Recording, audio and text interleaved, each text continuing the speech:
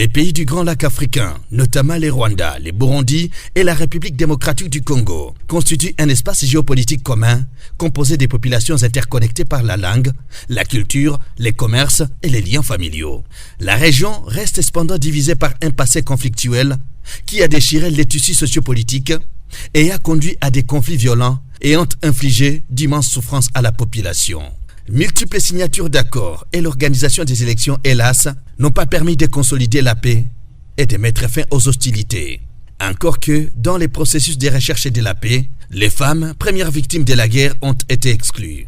Dans ce contexte, l'organisation Solidarité des femmes activistes pour la défense des droits humains, SOFAD en sigle, avec l'appui de l'organisation internationale Peace Women et Cross, organise à Uvira une table de paix des femmes à l'intention des femmes de la sous-région des Grands Lacs, une occasion de rapprochement et d'écoute au niveau de la sous-région pour connaître, comprendre et agir sur les questions fondamentales comme étant à l'origine des différents conflits et des conséquences de la guerre.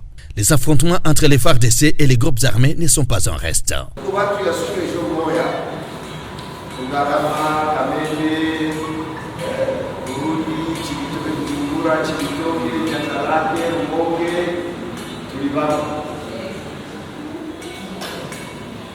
Sasa leo kuishi pamoja, tunakuwa huyu ana wasiwasi na huyu ana wasiwasi na huyu akitoka Rwanda ana wasiwasi kienda Uvira, je, eske watu ya Uvira wataona ni sawa, kienda Bujumbura na kadhalika.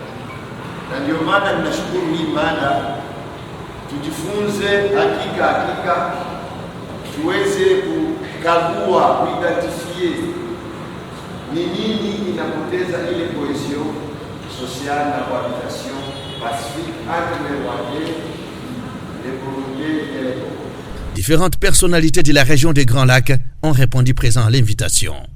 Moi, je m'appelle Gakobwa Donavine. Je suis de la délégation burundaise. Je suis venue avec mes collègues de la délégation burundaise m'unir à mes sœurs de la sous-région, c'est-à-dire les sœurs de la RDC et les sœurs du Rwanda. Nous sommes venus ici pour connaître, comprendre et agir en ce qui concerne la paix dans la région, en ce qui concerne faire asseoir la paix, prévenir les conflits et gérer les conflits qui sont déjà en place pour essayer d'avoir des pays paisibles. Ces pays, ce sont des pays qui sont limitrophes. Nous avons besoin que les relations soient les plus bonnes parce que nous avons besoin les uns des autres. Nous avons l'importance que la paix et la sécurité règnent dans les trois pays. Et si un voisin a des problèmes de sécurité, son voisin lui aussi, il est attaqué, donc parce qu'il doit accueillir les réfugiés. Donc, c'est que pour moi, l'important, c'est que les voisins aussi aient cette paix que nous cherchons sans cesse. Le message que je donne, c'est un message que je donne aux gouvernants, aux responsables, qu'ils mettent en avant la paix, parce que sans paix, rien ne va. On ne va pas se développer, on ne va pas développer l'économie du pays sans paix. Sans paix, les élèves ne vont pas étudier. Sans paix, les agriculteurs ne vont pas travailler. Sans paix, les éleveurs ne vont pas s'occuper de leurs troupeaux. Donc, la paix est la base de tout dans le pays. C'est SOFAD qui a organisé cette table de paix. Nous remercions cette organisation.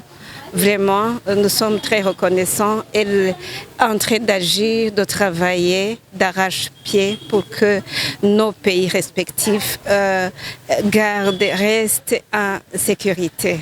Madame Gégé Bukuru Katana, secrétaire exécutif de la SOFAD, se veut motivé par les changements de la situation et les retours de la paix dans la région des Grands Lacs. La première table de paix des femmes était tenue à Uvira en 2017. C'était pendant les conflits armés.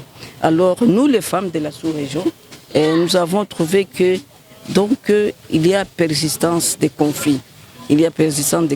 Alors, nous avons pensé que, puisqu'il y a l'absence des femmes aux organes de prise de décision dans les domaines des négociations de paix, résolution des conflits, médiation, et parmi les signataires des accords de paix, on a trouvé qu'il y a insuffisance des femmes.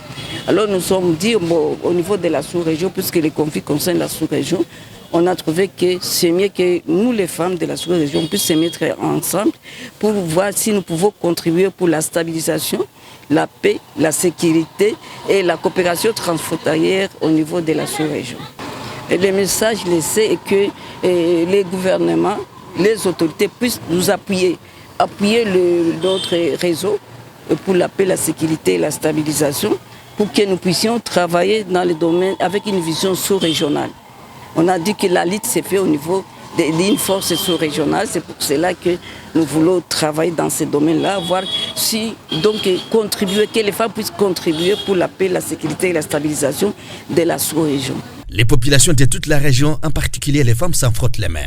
La paix n'est pas une mince affaire. Tout en remerciant et encourageant l'initiative, il reste cependant à multiplier des plaidoyers pour chercher les appuis auprès des bailleurs. Le premier message, c'est d'abord de remerciement de ces initiatives si importantes dans notre région. Ensuite, d'encouragement, parce que nous avons vu qu'au fur et à mesure que les années passent, il y a un relâchement d'appui financier dans les initiatives de paix dans nos régions, ce qui est malheureux. Mais c'est aussi d'encourager les organisations membres de faire beaucoup de plaidoyer et d'être des ouvriers de la paix pour que nous ayons une stabilité, une équité dans nos pays, en faisant intervenir la part la plus importante dans des populations de nos pays, la femme.